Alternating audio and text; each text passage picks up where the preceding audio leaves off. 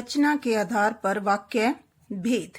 ठीक है, तो इसमें इसके 3 भेद होते हैं बेटा, सरल वाक्य, संयुक्त वाक्य, मिश्र वाक्य। तो वाक्य एक बार हम थोड़ा सा रिवाइज कर लेते हैं कि वाक्य होता क्या है। तो हमें पता है कि पदों के सार्थक व व्यवस्थित समूह को वाक्य कहते हैं। ठीक है, ध्यान रखिए, पदों के सार्थक व व्यवस्थित समूह को वाक्य कहते हैं। ठीक है, तो अब एक एक करके हम इन तीनों के बारे में जानेंगे। सबसे पहले हमारा आता है सरल वाक्य, जिसमें एक ही क्रिया होती है, साथ ही जिसमें कोई उपवाक्य नहीं होता, उसे सरल या साधारण वाक्य कहते हैं। ध्यान दीजिए बेटा, जिसमें एक ही क्रिया होती है, मतलब जो वाक्य को समाप्त करती है, साथ ही जिसमें कोई उपवाक्य मतलब 2 वाक्य नहीं होते हैं।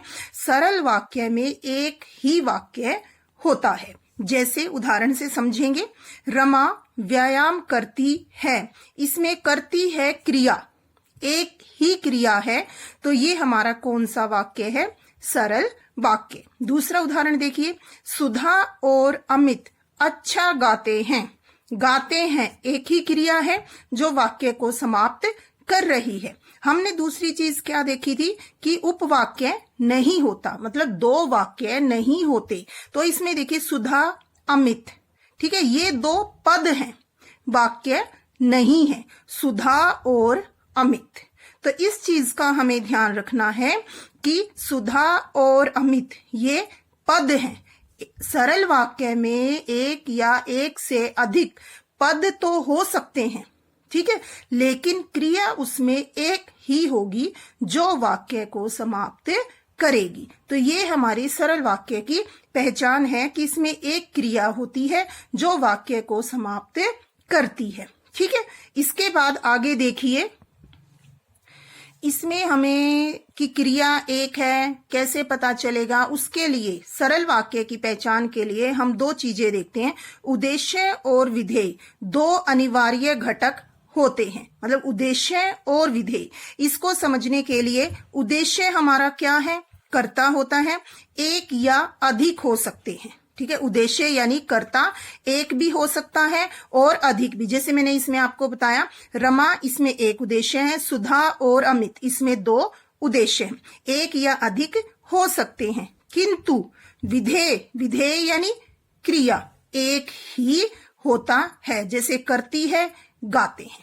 तो क्रिया जो है वो एक ही होगी, उद्देश्य जो है वो एक या एक से अधिक हो सकते हैं। अब उदाहरण जो हमने ऊपर किए थे उनको देखिए, रमा व्यायाम करती है, इसमें रमा उद्देश्य है यानी करता है, व्यायाम करती है जो है वो विधेय है, तो इसमें एक उद्देश्य और एक विधेय है। दूसरा, सुधा और अमित अच्छा गाते हैं, इसमें उद्देश्य क्या है? 2 उद्देश्य हैं। कौन कौन से? सुधा और अमित। तो सुधा अमित ये दोनों क्या हैं? उद्देश्य हैं।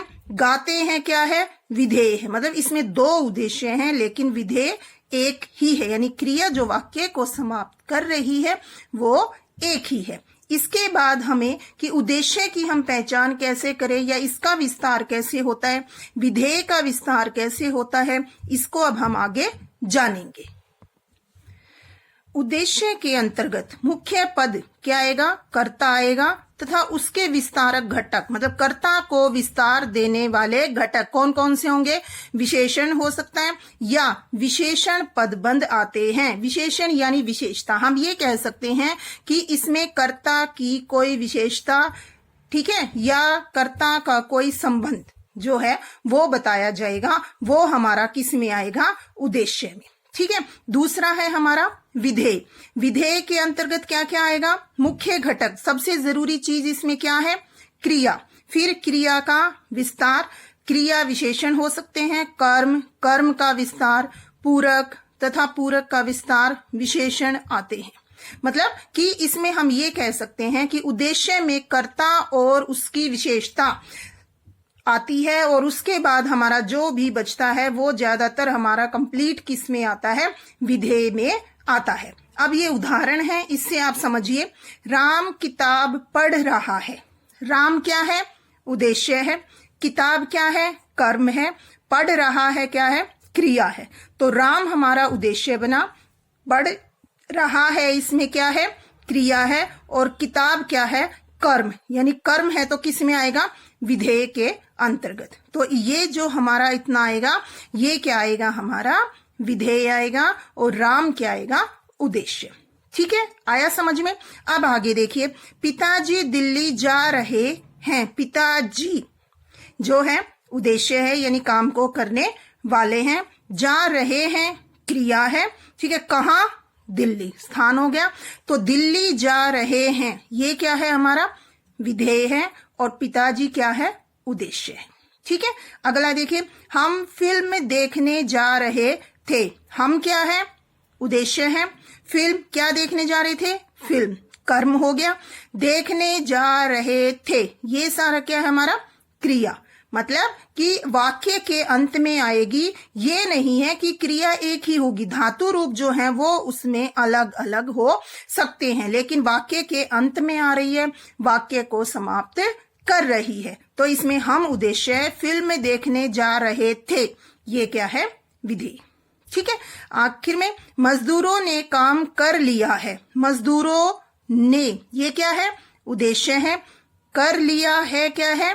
विधेय है। क्या कर लिया? काम, काम यानी कर्म। तो कर्म किस में आएगा? विधेय में। ठीक है, तो काम कर लिया है, ये विधेय है। और मजदूरों ने, ये हमारा उद्देश्य है। ठीक है, अब आपको उद्देश्य और विधेय में कोई कंफ्यूजन नहीं होगा, अच्छे से आपको समझ में आ गया होगा। उद्देश्य यानी कर्ता, विधेय यानी क्रिया। और कोई भी वाक्य पूरा तब होता है जब उसमें कर्ता और क्रिया दोनों होते हैं। ठीक है, अब आगे देखते हैं। सरल वाक्य हमने कर लिया है। इसके बाद दूसरा हमारा आता है संयुक्त वाक्य। संयुक्त वाक्य में आने वाले सभी उपवाक्य, मतलब एक से अधिक वाक्य स्वतंत्र उपवाक्य होते हैं। स्वतंत्र आपको पता ही है, मतलब जो आजाद होते हैं, स्वतंत्र उपवाक्य होते हैं। स्वतंत्र उपवाक्य से तात्पर्य यही है कि इनका प्रयोग भाषा में अलग से स्वतंत्र रूप में हो सकता है। मतलब संयुक्त का अर्थ ही हमें पता चल रहा है, संयुक्त यानी मिलाना, जोड़ना। तो इसको हम कह सकते हैं दोनों उपवाक्य समान स्तर के उपवाक्य होते हैं। मतलब जब दो वाक्यों को आपस में किसी योजक के द्वारा जोड़ा जाता है तो वो हमारा क्या कहलाता है? संयुक्त वाक्य, जिसमें दोनों ही वाक्य जो हैं वो स्वतंत्र होते हैं, दोनों का अपना अलग अलग अर्थ होता है, वो हमारा संयुक्त वाक्य में आता है। अब इसके उदाहरण देखिए, मोहन दिल्ली जाएगा और शीला यहीं रहेगी। मोहन दिल्ली जाएगा, एक वाक्य ये है। शीला यहीं रहेगी, एक वाक्य ये है। इन दोनों वाक्यों को और योजक के द्वारा जोड़ा गया है। संयुक्त मतलब जोड़ना, मिलाना। किराया समय पर दो अथवा मकान खाली कर दो। अब इसमें भी दो वाक्य हैं बेटा जी। किराया समय पर दो, एक वाक्य ये है। दूसरा है मकान खाली कर दो। ठीक है, तो दो वाक्यों को आपस में जोड़ा गया है, वो हमारा किस में आता है? संयुक्त वाक्य में आता है। इसके बाद आगे संयुक्त वाक्य के भी भेद हैं। 4 भेद होते हैं संयुक्त वाक्य के। अब एक एक करके हम इनके बारे में जानेंगे। तो सबसे पहले हमारा आता है संयोजक संयुक्त वाक्य। संयोजक, मिलाना, पता चल रहा है नाम से ही। जिन संयुक्त वाक्यों में उपवाक्य दो कार्य, व्यापारों या स्थितियों को जोड़ने का कार्य करते हैं। मतलब क्या ध्यान रखना है? जिन संयुक्त वाक्य हैं, मतलब दो वाक्य हैं, दोनों वाक्य किसी दो कामों को, दो व्यापारों को आपस में जोड़ने का काम करेंगे, वो हमारा किस में आएगा? संयोजक संयुक्त वाक्य में। उदाहरण देखिए, मैं दिल्ली गया था और मेरी पत्नी आगरा। दो वाक्य हैं, ठीक है, दोनों अलग हैं। इन दोनों को जो है जोड़ने का काम योजक के द्वारा किया गया है। तो ये हमारा किस में आएगा? संयोजक संयुक्त वाक्य में। यह मेरी सीट है और वह आपकी। यह मेरी सीट है, एक वाक्य ये है, और वह आपकी, दूसरा वाक्य ये है, इसको भी और योजक के द्वारा जोड़ा गया है। तो ये हमारा किस में आएगा? संयोजक संयुक्त वाक्य। मतलब जब दो समान स्तर वाले वाक्यों को आपस में जोड़ा जाता है वो हमारा संयोजक संयुक्त वाक्य में आता है। ठीक है। इसके बाद दूसरा विभाजक संयुक्त वाक्य। देखिए अब विभाजक संयुक्त वाक्य में जब दो उपवाक्यों में परस्पर विरोध, ध्यान दीजिए, दो वाक्यों में परस्पर विरोध या भेद का संबंध रहता है, विरोध दिखाया जाएगा या दोनों में आपस में भेद होगा, तो वहां कौन सा होगा? हमारा विभाजक संयुक्त वाक्य। विभाजक वैसे हमें पता है नाम से, विभाजन करना, बांटना जैसे हम बोलते हैं, अलग करना। ठीक है, तो वो हमारा किस में आएगा? विभाजक संयुक्त वाक्य में। इसके उदाहरण देखिए, हमने आपकी देर तक प्रतीक्षा की परंतु आप नहीं आए। विभाजन, बांटना, अलग करना जैसे। विरोध है इसमें, हमने आपकी देर तक प्रतीक्षा की, ठीक है, परंतु आप नहीं आए। मैंने उसे बहुत समझाया पर वह नहीं मानी। विरोध है, समझाया पर फिर भी वह नहीं मानी। तो ये हमारा किस में आएगा? विरोधवाची संयुक्त वाक्य। इसी को विभाजक संयुक्त वाक्य भी कहते हैं और विरोधवाची संयुक्त वाक्य भी कहते हैं। तीसरा हमारा आता है विकल्प सूचक संयुक्त वाक्य। नाम से ही हमें इसके बारे में पता चल रहा है कि विकल्प दिया जाएगा हमें। जब दो उपवाक्यों में विकल्प अर्थात किसी एक को स्वीकारने व एक को नकारने यानी त्यागने, छोड़ने का भाव रहता है, वहां हमारा विकल्प सूचक संयुक्त वाक्य आता है। मतलब हमें नाम से पता चल रहा है कि हमें कोई विकल्प दिया जाएगा। जैसे हम कहते हैं ये ले लो या ये ले लो, वो क्या है? विकल्प, चॉइस जैसे हम बोलते हैं। ठीक है, तो उदाहरण देखिए इसका, बिल जमा करो नहीं तो फोन कट जाएगा। विकल्प है हमारे पास, या तो हमें बिल जमा करना पड़ेगा नहीं तो फोन कट जाएगा। बाहर जाकर खेलो या चुपचाप बैठो, इसमें भी क्या है? विकल्प दे दिया। अगर अंदर रहना है तो बाहर जाकर खेलो या चुपचाप, अंदर रहना है तो चुप बैठो नहीं तो बाहर जाकर खेलो। तो मतलब विकल्प जिसमें दिया जाएगा वो हमारा किस में आएगा? विकल्प सूचक संयुक्त वाक्य में। अब आखिर में हमारा आता है परिणामवाची संयुक्त वाक्य। संयुक्त वाक्य का फोर्थ भेद है ये। जैसे परिणामवाची संयुक्त, परिणाम नाम से ही पता चल रहा है, परिणाम यानी रिजल्ट, नतीजा, इस तरह से जैसे हम बोलते हैं। जब एक उपवाक्य से कार्य का, मतलब पहले वाक्य से जैसे काम का तथा दूसरे से उसके परिणाम का बोध हो तो वे परिणामवाची संयुक्त वाक्य कहे जाते हैं। ध्यान दीजिए, जब एक उपवाक्य से कार्य का मतलब काम का और दूसरे वाक्य से उसके परिणाम का बोध हो तो वे किस में आएंगे? हमारे परिणामवाची संयुक्त वाक्य में। उदाहरण देखिए, आज बाजार बंद है इसलिए कुछ नहीं मिलेगा। कार्य बाजार बंद है, उसका परिणाम क्या होगा? कुछ भी नहीं मिलेगा। शिल्पा डर रही थी सो मां का हाथ पकड़े बैठी रही। कार्य शिल्पा का डरना और उसका परिणाम मां का हाथ पकड़ के बैठे रहना। तो ये है हमारा परिणामवाची संयुक्त वाक्य। तो इस तरह से यहाँ पे संयुक्त वाक्य हमारा पूरा होता है। तो आपको समझ में आ गया होगा कि संयुक्त वाक्य क्या होता है। जिसमें दो उपवाक्यों को आपस में जोड़ा जाता है वो हमारा क्या कहलाता है? संयुक्त वाक्य। ठीक है, अब तीसरा हमारा आता है मिश्र वाक्य।